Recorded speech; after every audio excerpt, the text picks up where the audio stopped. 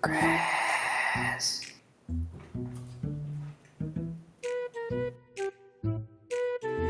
Tony?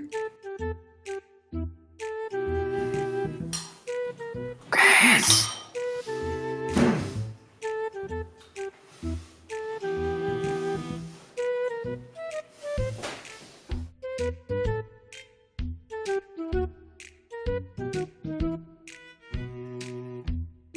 Really, Marcus? You're the one creepily calling my name from the game room? Look, I'm sorry for the theatrics, but I couldn't get your attention any other way.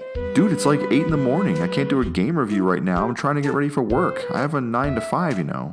Just tell them that an archer from a tabletop game told you to call out of work today. I'm sure they'll understand. Oh yeah, because that'll go over well. Look, man, if you don't do this review right now, I'm gonna tell your fiance that you hate dice thrown. What are you talking about? I don't hate dice thrown. Alright, fine. Well, if you don't do this review, then I'm gonna knock this brand new camera right off the table. No, don't knock over the camera. Okay, you win. I'll do the review. Just give me a second, okay? Hey, that's the spirit, buddy. Let's get to it.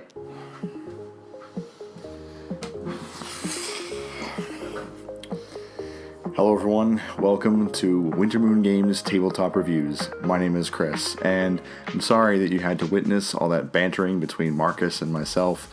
So since you had to endure that, I'm going to just get right into this review of Guardian's Call. And I've been dying to do a review for Guardian's Call for some time now. Guardian's Call is a set collecting bluffing game for 2 to 5 players. You'll play as one of 5 guardians, very much like Marcus. There's also a barbarian, a mage, a priestess, and a paladin. Each character comes with an affinity for one of the 5 items you'll find in the game: villagers, spells, weapons, shields, and artifacts. So in front of each player is something called their tableau. This is the area where you're basically going to be set collecting. So every time you collect cards, you're going to be placing them in your tableau. To set up, you're going to build a deck based on the number of players that are playing, anywhere from 90 to 120 cards. In that deck is going to be the assortment of items that I mentioned in the beginning. You're then going to deal each player 3 cards to start and put 5 cards out in the middle of the table as the market. Now there are 2 cards in this game that are different from all the rest.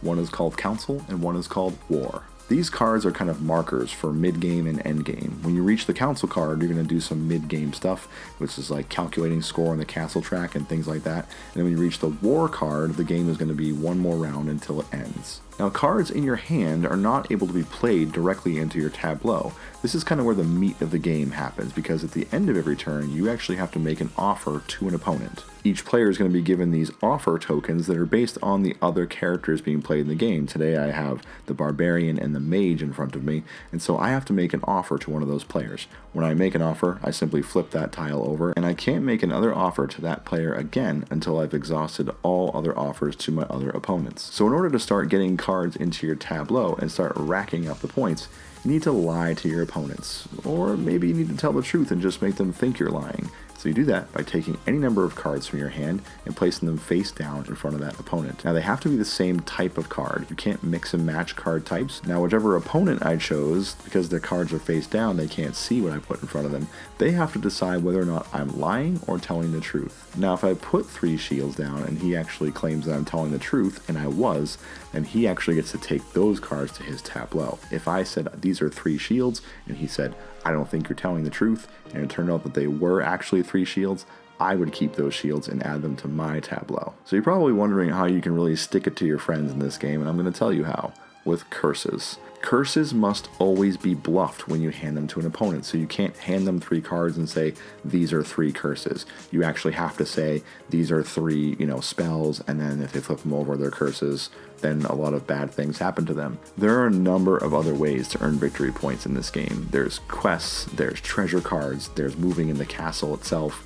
I'm not going to go through all of them because I want you to be able to experience it for yourself. I really don't have any complaints for Guardian's Call. It's got amazing artwork by the incredibly incredibly talented Mr. Cuddington, who's done games like Grim Forest, Santorini, and many others. You should definitely check them out. So all that to be said, I'm going to go ahead and give Guardian's Call 5 out of 5 moons, a perfect score. Guardian's Call was designed by James Hudson and published by Druid City Games. Guardian's Call is definitely a gateway game. It's simple enough to teach to some of your non-gamer friends on a game night. I played this with a cousin of mine who was not a gamer, and he wrecked me the first time he played. And it was a lot of fun because he's not exposed to a lot of tabletop games, and he really enjoyed this one. Druid City and Skybound Games are on to bigger and better things, and they're always producing some really quality content.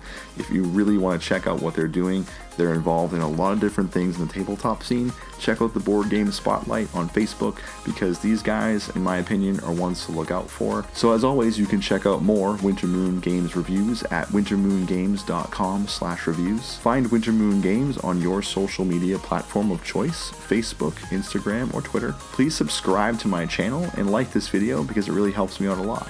And if you want to help me make this Winter Moon Games channel go full-time and improve these videos, please consider supporting Winter Moon Games on Patreon. If you have a comment or a question about Guardian's Call, or you'd like to send me your game for review or Kickstarter preview, please send me an email at cb@wintermoongames.com. I'd love to hear from you.